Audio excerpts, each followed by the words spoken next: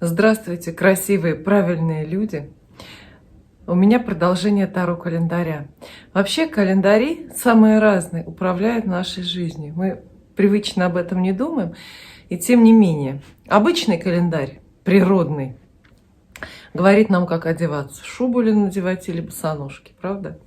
Производственный календарь нам указывает, когда идти на работу, когда оставаться дома с сериалом. Вот и карты Таро не отстают. Существует такая вещь, Таро-календарь. С точки зрения системы предсказательной Таро, весь год разделен на декады между младшими арканами.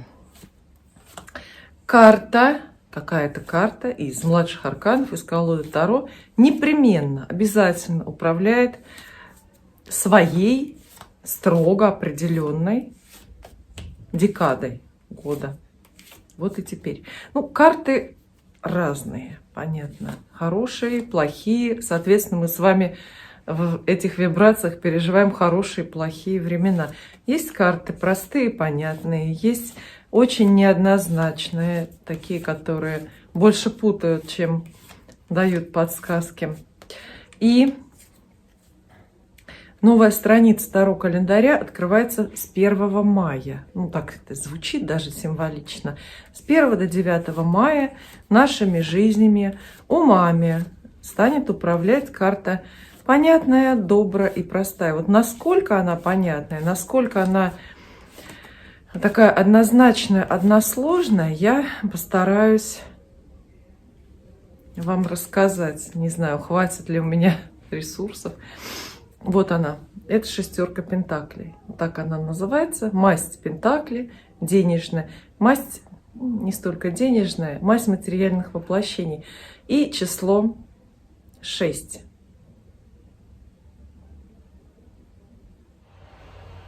Алистер Кроули, создатель знаменитой колоды Таро одноименной, вот так описывает свою шестерку пентаклей. На картине мы видим 6 дисков, сгруппированные в форме гексаграммы около светлого круга.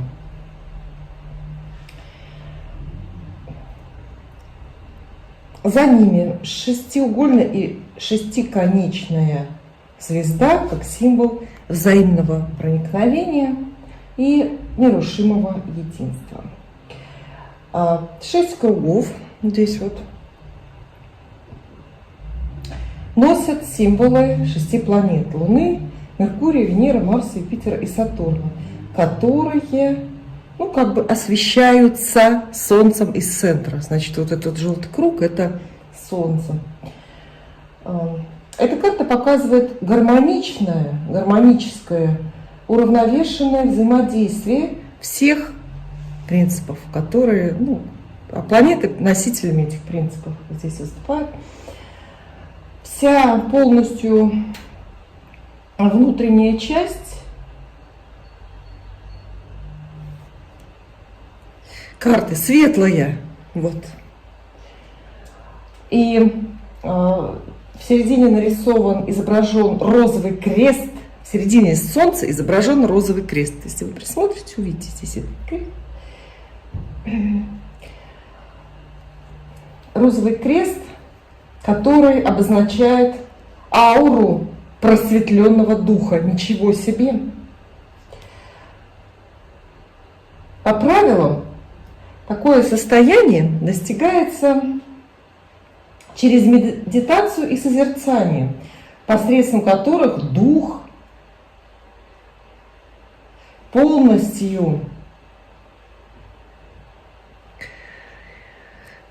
получает, ну, как бы выход наружу и устремляется к высшему я. Ну, так запутано немножко, но мне кажется понятно. Поэтому шестерка дисков или шестерка пентаклей – это карта внутреннего солнца.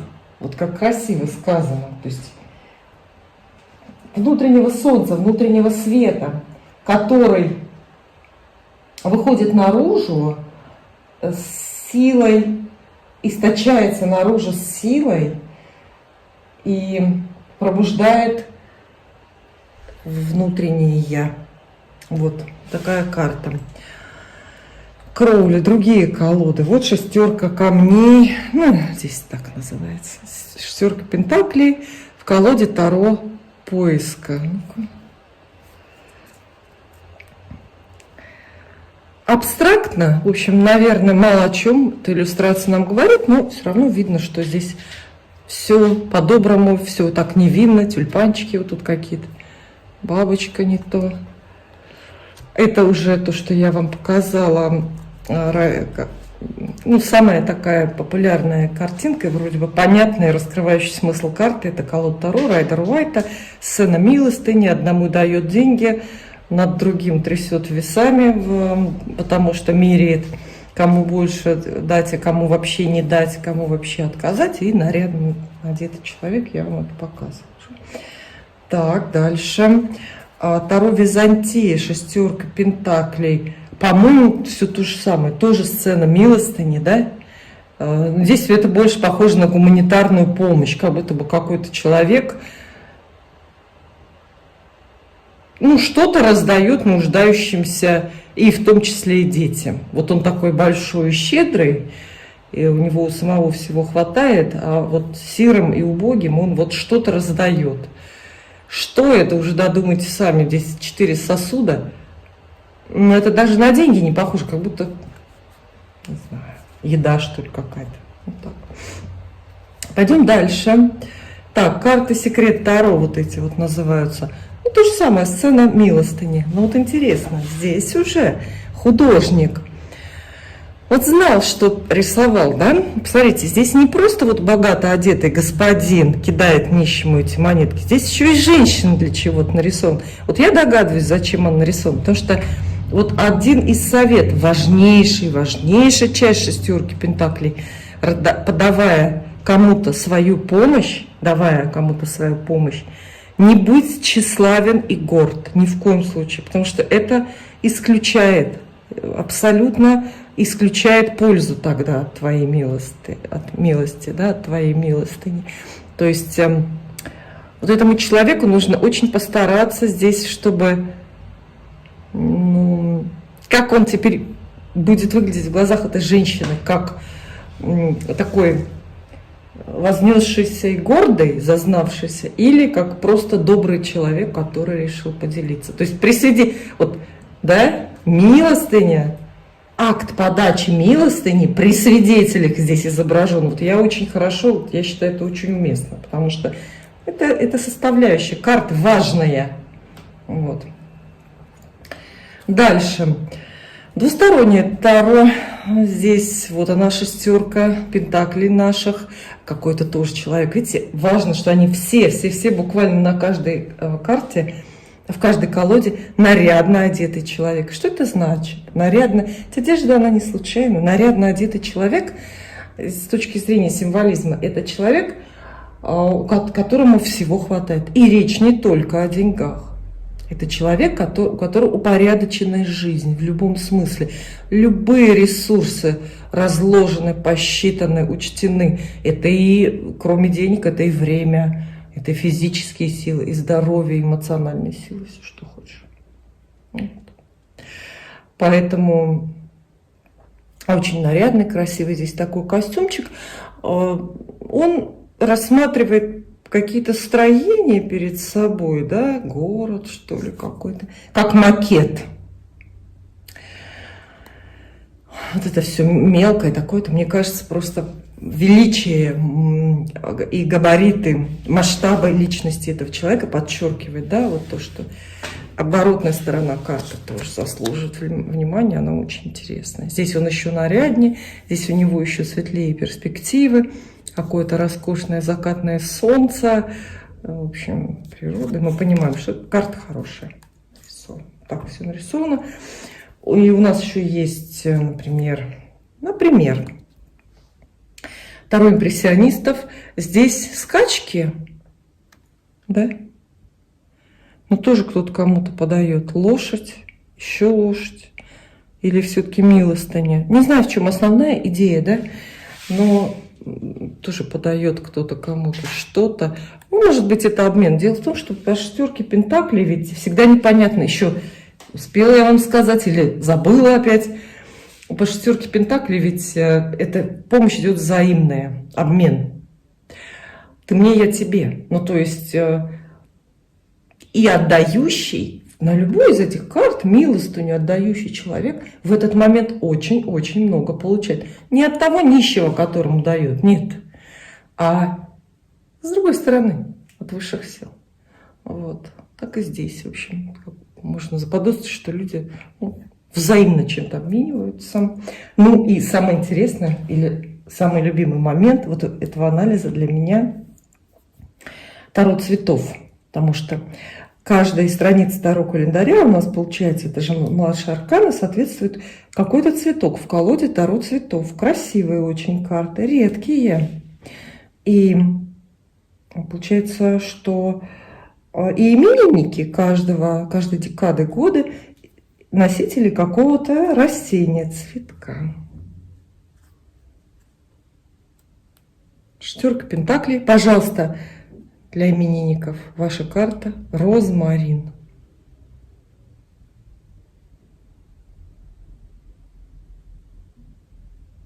Шестерка пентаклей — карта, безусловно, хорошая, и когда она заступает на дежурство в Таро календаре, мы смело говорим, что наступают хорошие времена, лучшие времена. Шестерка пентаклей приходит вслед за своей сестрой, пятерка пентаклей. Мы с вами говорили о том, что пятерка пентаклей приносит в жизнь дефицит и сожаление. Так вот, шестерка призвана этот самый дефицит заполнить. Когда начинается время шестерки пентаклей, все, чего не хватало, очень активно прибывает в вашу жизнь. Соответственно, если вам не хватало денег в конце апреля, ждите, что в начале мая нужда заполнится, нужда отступит. Если не хватало времени, здоровья, любви, внимания, чего угодно, любого ресурса, все заполняется. Знаете, вот недостающие кусочки пазла вдруг собираются в такую единую гармоничную картину жизни. То есть жизнь налаживается. Вот уж точно вы в начале мая должны так сказать, если вы правильно живете, если вы попадаете в вибрации карты. Шестерку пентаклей называют владыкой материального успеха. Поэтому самое главное ее значение, естественно, денежное. Она вот заполняет материальный дефицит, любую материальную нехватку.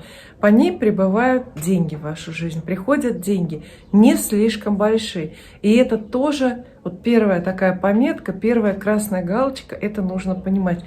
Шестерка пентаклей не приносит крупные денежные суммы, выигрыши, какие-то сумасшедшие наследства. Вообще она все приносит достаточное и необходимое. Достаточное и необходимое. Только то, что вы заработали, заслужили, или то, в чем с точки зрения Вселенной вы сейчас остро нуждаетесь. Да, первое предупреждение в этой связи такое. Шестерка пентаклей очень не любит людей с сильно большими притязаниями. Вот если вы притязаете, если вы требуете сейчас от Вселенной больше, чем отдали, то не получите, возможно, даже и ничего. Вообще, пятерка пентаклей очень старается регулировать справедливо, по-своему, вот этот вот процесс взять, отдать, брать, отдавать. И она советует учиться отдавать, раздавать. Это карта щедрости или карта милости, милостыни. И учиться брать. Вот как ни странно, мне кажется, что мы вот раздавать, отдавать в большинстве своем умеем. Да, и даже любим, и не стыдимся. А вот брать мы не умеем. Не умеем обращаться за помощью. Испытываем неловкость, когда кто-то что-то делает для нас бескорыстно, да, вот так вот безвозмездно. Обратите внимание, в начале мая нужно не только помогать другим, но и позволять другим помогать вам. Это своеобразный урок. И мы часто забываем об этом. Вот такой территории. Поэтому два основных, ну, в наших потребностях, в потребностях Таро календаря, два основных значения эта карта имеет. Это заполнение дефицита, то есть какой-то приход, какая-то прибыль в жизни, и помощь со стороны, ну или ваша помощь другим людям. Применительно к конкретным сферам жизни, в профессии шестерка пентаклей обещает восстановленные отношения или восстановленные заработки, ну, восстановленные дела, так скажем. Находятся люди, которых остро в это время не хватало, находятся средства, ресурсы для того, чтобы продолжать работу или активно развивать ваш бизнес. Находятся идеи, в конце концов. Тоже не самые крупные, не прорывные, не блестящие, только такие, которые позволяют вот, в рамках текущих потребностей что-то заполнять недостаток, нехватку и дефицит. Это очень карта, вот шестерка пентаклей считается очень хорошей картой для ищущих работу. Если вы сейчас задаете вопрос, вот в начале мая, получится ли найти работу, то да, безусловно. Вот в это время работу как раз стоит искать, очень-очень хорошие шансы на получение новой работы. Ну и вообще стоит заниматься всем подряд, всем, что приносит прибыль. Опять же, не слишком много притязая. Это время под шестеркой пентаклей должно пройти спокойно, с любой точки зрения. Это спокойная карта. В ней нет спешки, в ней нет конкуренции, в ней нет, ну, может быть, особенных каких-то ментальных прозрений, изобретений. Что касается денег в нашей жизни, ну, понятно, шестерка пентаклей – это пришедшие деньги. Не надо ждать слишком много, но на все хватит. Не случайно карту называют милостыня. И здесь имеется в виду, конечно, милостыня не от конкретного человека, а, ну, понятно, из чьих-то рук, но все-таки эта милостыня будет от Вселенной к вам. И вот здесь, наверное, пришло время рассмотреть детально иллюстрацию на этой карте. Карта Таро Райдера Уайта у меня в руках. Что мы здесь видим? Человек, центральная фигура, непременно в богатой одежде, непременно в богатой. Ну, в Таро это такое обозначение.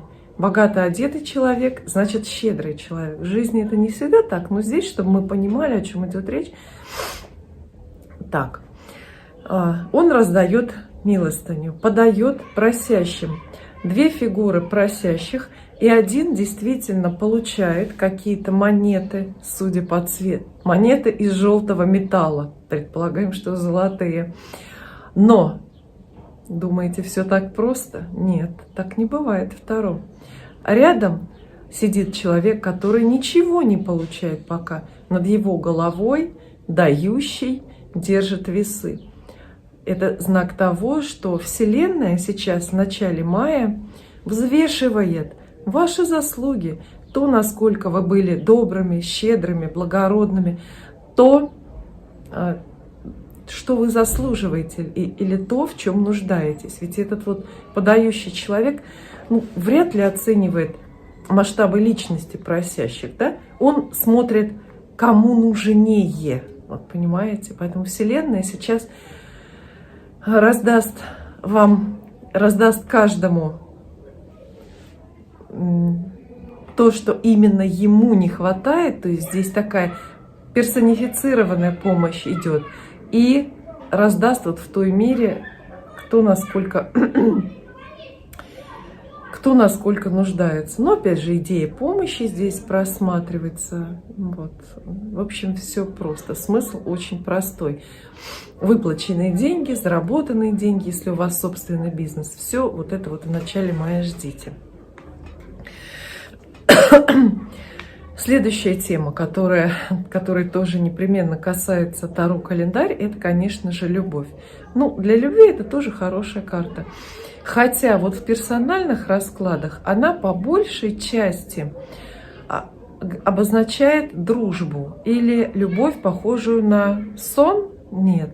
Любовь, похожую именно на дружбу. По ней любящие люди, супруги или просто там парень с девушкой, которые встречаются, друг с другом дружат, друг другу помогают, очень хорошо понимают.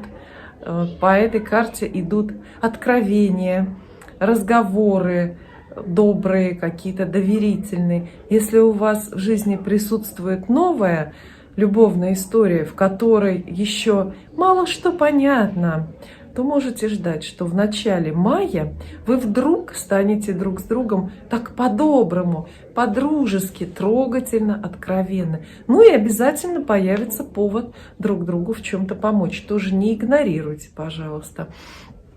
Карта подталкивает вас помогать и просить помощь. Придумайте, о чем вы можете попросить своего любимого человека. Вот если этот обмен у вас состоится, то обмен помощью, то вы очень четко попадете в вибрации времени, и это обязательно укрепит ваши отношения. Новые романтические знакомства, такие же понятные, простые, трогательные, тоже обязательно состоятся. Но тут Вселенная будет оценивать, кто в чем нуждается. Помните, я сказала, если там, наверху, на небе, так посчитают, посмотрят на вас и придут к выводу, что вот вам конкретно, Светлана, не хватает любви. Нате, получите.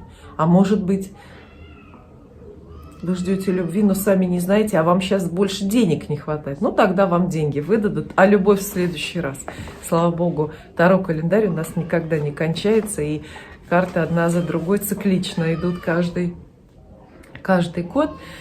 Для домашних, хозяйственных дел эта карта тоже замечательная. Очень часто она обозначает новый дом, счастливый переезд. Вообще просто какое-то понятное, своевременное разрешение жилищных вопросов, бытовых вопросов. Может касаться и взаимоотношений с родственниками. Здесь тоже есть шанс вдруг неожиданно друг друга понять и крепко подружиться. Ну и, конечно, открытка имениннику. Дорогие средние тельцы, дорогие люди, рожденные с 1 до 9 мая. Вот эти чудесные весенние цветы для вас. Я вас радостно поздравляю с днями рождения. Желаю вам всего наилучшего. И сегодня чуть-чуть вам про вас расскажу. Ну, если вы родились с 1 до 9 мая, вам много раз повезло. Во-первых, знак зодиака у вас прекрасный. И, кстати, считается между астрологами, что средние тельцы, люди, рожденные с 1 до 9 мая, это тельцы самые настоящие. По крайней мере, утонченная, чувственная, эстетическая сторона вашей покровительницы Венеры проявлена в вас сильнее всего. Больше, чем другие, и даже больше, чем другие тельцы, вы цените и понимаете красоту, уют, постоянство, ну и вообще роскошь и прелести жизни. Помимо того, что вы тельцы, вы еще и шестерки пентаклей. Карта отличная вам досталась. По этой карте все возвращается в жизнь каждого. И самое главное, что по этой карте всем всего хватает. Вот представьте, что вам судьба достается такая, очень достаточная, нет дефицита. Если временная нехватка ресурсов какая-то появляется, любых ресурсов, она очень быстро заполняется. Вы вот такие люди, которым всегда всего хватает. Как бы ни складывалась ваша жизнь, не можете пожаловаться, не можете сказать, что вот что-то кризисно выпадает и ощущается как потеря или как дефицит.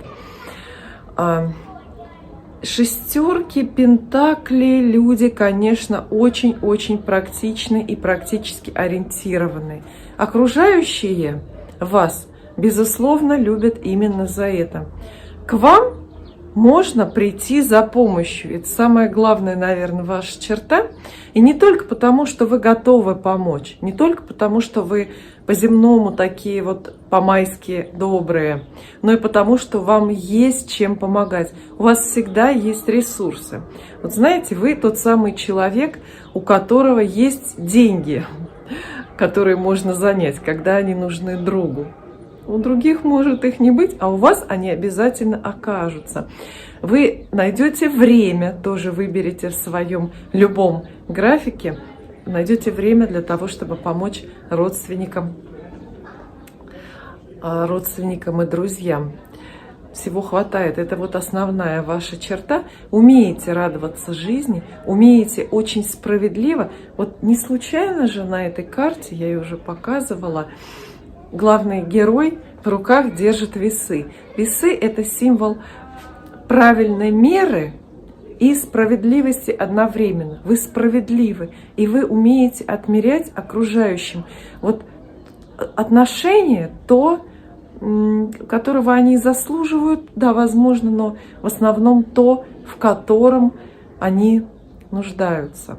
У вас есть какое-то удивительное чувство баланса, и вы заранее знаете, как распределять, неважно что, и свое внимание между любимыми людьми тоже. Есть ли какое-то предупреждение для шестерки пентаклей? Ну, конечно, есть. Любая карта Таро раздает предупреждение, и оно такое: когда кого-то одаряешь своим вниманием, когда кому-то помогаешь, никогда не будь гордым, никогда не возносись над просящим, никогда не ставь себя в позицию, ну, знаете, такого скупого дающего, и никогда не считай, и никогда не жди, что и когда и чем тебе вернут. Ведь на этой карте изображена сцена милостыни. А ведь милостыню люди подают, не ожидая получить что-то взамен, да? Возврат какой-то с процентами. Вот это вам нужно очень помнить. Будьте просто щедрыми. Потребность раздавать себя, свое время, душу свою, частички своего сердца у вас есть всегда. Не старайтесь эти кусочки кроить или как-то придерживать при себе. Не старайтесь даже слишком сильно это считать. Вот ваша задача жизненная, часть кармы вашей отдавать. Пусть не по многу, но отдавать. Только то, что вы отдали, останется навсегда с вами. А то, что вы спрятали, пропадет. Ну, вы это знаете, это известная жизненная истина. А, кстати, есть еще второе предупреждение для вас. Оно прозвучит как прямо противоположное первому. Звучит оно так, да? Не старайтесь отдать больше, чем имеете сами. Вот в такую крайность шестерки пентаклей тоже могут впадать. Баланс, справедливость, очень четкая, правильная мера во всем нужны. И растратить себя, раздать себя полностью до дна тоже не нужно, потому что вы выгорите, у вас ничего не останется, и вы не сможете тогда помочь следующему просящему, да, и не сможете помочь себе. Я искренне снова вас поздравляю. И спасибо, что смотрите мой канал. Подписывайтесь на него и увидимся.